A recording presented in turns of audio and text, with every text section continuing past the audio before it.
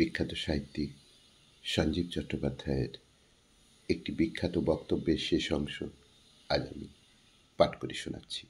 বক্তব্য: মথুরবাবু ঠাকুর শ্রীরামকৃষ্ণের প্রধান রসদদার। শুরু করছি। মথুরবাবুর লেখা থেকে পাওয়া যায়, তিনি নিজেই বলেছেন, আমি একজন জ্ঞাতির সন্তান, অর্থাৎ ছোটোখাটো জমিদারের ছেলে। বংশের প্রথম পুরুষ রামদাস সিংহ। রামদাস সিংহের পর তার নাতির নাতি হলেন বিষ্ণুদাস সিংহ। বিষ্ণুদাস সিংহের পুত্র শ্রী হরি হালদার। শ্রী হরি হালদার নদিয়ার রাজ এস্টেটের মুন্সেফ। কাজের সততার জন্য তাকে ওই এস্টেট থেকে বিশ্বাস উপাধি দেয়া হয়। শুধু খেতাব নয়, একটি মৌজাও দেয়া হয়। পিঠারির একটি তালুক, নবদ্বীপের একটি অংশ, একেবারে অজপাড়াগা। শ্রীহরি হালদার বিশ্বাসের অধস্তন পঞ্চম পুরুষ জয়নারায়ণ বিশ্বাস। ইনি হলেন মথুরামোহনের পিতা। মথুরামোহনের শৈশব সোনাবেরিয়ায় তার মামার বাড়িতে কেটেছে। ওইখানেই তার জমিদারির পত্তন। তারপর একদিন মথুরবাবু কলকাতায় এলেন। তখন ইংরেজদের কলকাতা। ডিরোজিও এসেছেন। ইংরেজি চর্চা শুরু হয়েছে। হিন্দু ধর্মের প্রতি বিদ্বেষ ভাব, বাংলা ভাষা, বাঙালি সংস্কৃতি, বাংলার ধর্ম ইত্যাদিকে জোর করে জীবন থেকে সরিয়ে দেবার চেষ্টা চলেছে। সেই রকম কলকাতায় এলেন তিনি লেখাপড়া করতে। তিনি রানী রাসমণির জামাতাদের মধ্যে অত্যন্ত শিক্ষিত। কলকাতার বড় বড় মানুষদের সঙ্গে তার বন্ধুত্ব। প্রিন্স দ্বারকানাথ তার সহপাঠী ছিলেন হিন্দু কলেজে। রানী বললেন, আমার জায়গা চাই। মথুরবাবু হাইকোর্টে গিয়ে হেস্টির অ্যাটর্নির সঙ্গে কথা বলে প্রায় 54 বিঘে জমি কেনার ব্যবস্থা করলেন। তৈরি হবে কালীবাড়ি ও মন্দিরের বিভিন্ন দিক।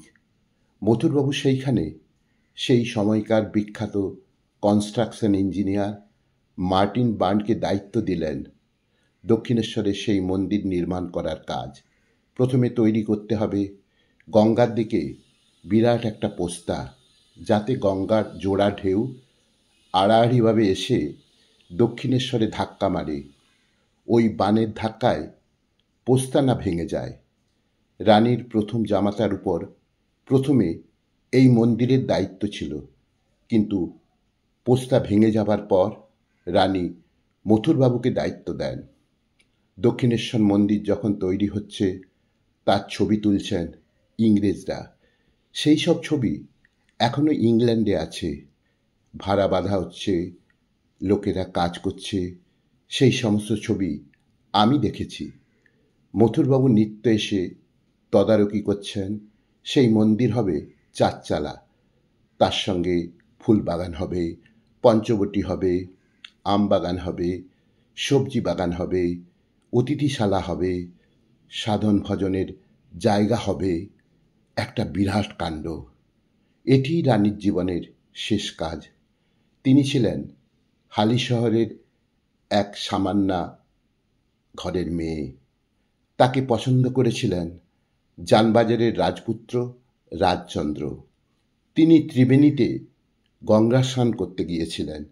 সেই সময় তার প্রথম ও দ্বিতীয় পত্নী দুজনেই গত। তার পত্নী ভাগ্য ভালো ছিল না। মাঝে মাঝেই তাই বন্ধুদের সাথে ত্রিবেণীতে স্নান করতে যেতেন। বন্ধুরা দেখলেন কোনা বলে হালি শহরের ঘাটে একটি মেয়ে দাঁড়িয়ে আছে, ভারী সুন্দরী। রাজচন্দ্রের দৃষ্টি আকর্ষণ করলেন তার বন্ধুরা। প্রথম দর্শনেই তিনি মনোনীতা হলেন। কে কার মেয়ে জানার দরকার হলো না। রাজচন্দ্রের পিতা মেয়েটির পিতার সঙ্গে যোগাযোগ করে বিবাহ দিলেন। রানী রাসমণি একটি চালার বাড়ির থেকে চলে এলেন জানবাজারের রাজপ্রাসাদে। তিনি আসামাত্রই চতুর্দিকে শুরু হলো যেন ঐশ্বর্যের বর্ষণ। রানীর ভেতরে একটা তেজ ছিল। তিনি মায়ের আশীর্বাদ নিয়ে এসেছিলেন পৃথিবীতে। আর তার জামাতা মথুরবাবু, ভগবান শ্রীরামকৃষ্ণের সাথে তার অপূর্ব সম্পর্ক ছিল। ঠাকুর মাকে বলতেন, মা, আমার যখন সমাধি হয় আর আমি যখন তোমার ভাবে বিভোর থাকি তখন আমার জামা কাপড়ের ঠিক থাকে না। আমি তো চাকরি বাকরি করি না, আমাকে কে দেখবে? মা তখন বলেছিলেন, তোর প্রথম রসদদার হবে মথুর, 14 বছর তোর সেবা করবে।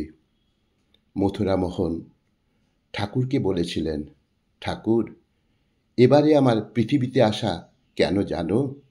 তোমার সেবার জন্যে।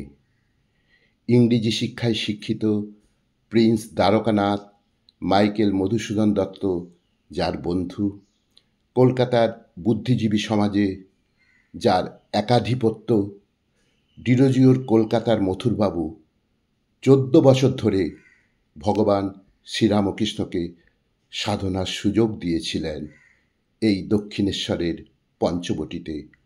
ঠাকুর সেই সাধন শেষে বলতে পেরেছিলেন, যত মত তত পথ।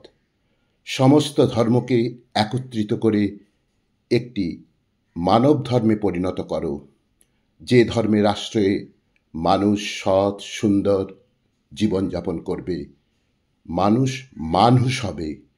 সেই মন্ত্রটি তিনি স্বামী বিবেকানন্দের মধ্যে ঢুকিয়ে দিলেন। তিনি তাকে বলেছিলেন, একটা সংগঠন গঠন করবি, যার মধ্যে সংগঠন ব্যাপারটা থাকবে না, যেখানে গুরু থাকবে না, গদি থাকবে না, বিশেষ ধর্মমত থাকবে না, যেখানে থাকবে মানুষের কথা। মানুষই হচ্ছে ভগবান। যেখানে থাকবে মানুষেরই কথা, মানুষই হচ্ছে ভগবান।